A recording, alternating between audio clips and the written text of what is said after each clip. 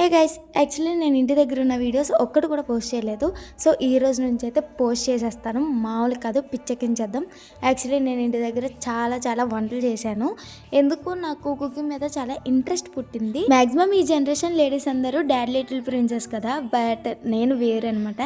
Dad little cooking ప్రిన్సెస్ని. Because మా dad మాత్రమే తింటాను నేను చేసిన వాటిని, ఇంకెవ్వరు తినరు. సో ఈరోజు నేను చేయబోయేది ఏంటంటే రొయ్యలు. దీన్ని ఏమన్నానంటే I don't know actually, because నేను దీంట్లో అన్నీ కలిపేశాను. బట్ రొయ్యలు మాత్రం మెయిన్ పార్ట్ అనమాట. ముందుగా దీంట్లో అల్లం వెల్లుల్లి పేస్ట్ వేసుకుని తర్వాత కారం కొంచెం వేసుకోవాలి. సో ఈరోజు ప్రాసెస్ మొత్తం చూడండి. పసుపు వేసుకోవాలి, ఇంకా సాల్ట్ కూడా వేసుకోవాలి. వేసుకున్న తర్వాత ఇప్పుడు మనకి తెలియలేని వంట పదార్థాలన్నీ దాంట్లో వేసేయాలి. ఏదో మసాలా తెచ్చాను, దాంట్లో వేసేసాను. ఇంకా సాంబార్ మసాలా తెచ్చాను, దాంట్లో వేసాను. ఇది వచ్చేసి తందూరి సాస్, ఇది కూడా వేసేసాను. తర్వాత ఏమవుతుందో తెలియదు కానీ కలర్ మాత్రం బ్రైట్గా ఉంది, నాకు బాగా నచ్చింది. ఇంట్లో ఉన్న ఒక చిన్న ఐరన్ పీస్ తీసుకుని దానికి ఇప్పుడు ఈ ప్రాన్స్ని గుచ్చుతున్నాను అనమాట.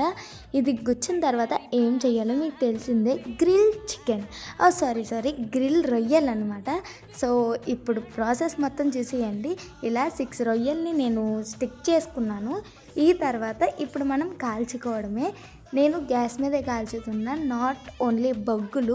గ్రిల్ గ్యాస్ పైన పెట్టి ఇవి దానిపైన పెట్టి కాల్ చేస్తున్నాను. అవేమో బాగా కాలిపోతున్నాయి. నాకు చెయ్యి కూడా కాలుతుంది, బట్ అయినా ఫుడ్ విషయంలో మనం కాంప్రమైజ్ అవ్వకూడదు. అలానే కాల్ చేస్తున్నాను. ఇంకా దీంతో అవ్వదబ్బా అని చెప్పేసి గ్రిల్లే పైకి ఎత్తేసి కాల్ చేసినాను. యాక్చువల్లీ మా పిన్ని దుబాయ్ నుంచి వచ్చింది కదా, తన కోసం ఇవన్నీ తెచ్చారనమాట. రోజుకు ఒక నాన్ వెజ్ ఐటెం పెడుతున్నారు.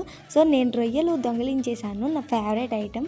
అండ్ తర్వాత ఇంకొక విషయం ఏంటంటే, ఇది నేను చేస్తున్నట్టు ఎవరికి తెలీదు. బయట అందరూ మంచి డిస్కషన్లో ఉన్నారు, బట్ నేను మాత్రం లోపలికి వచ్చి ఇష్టం వచ్చినట్టు చేస్తున్నాను.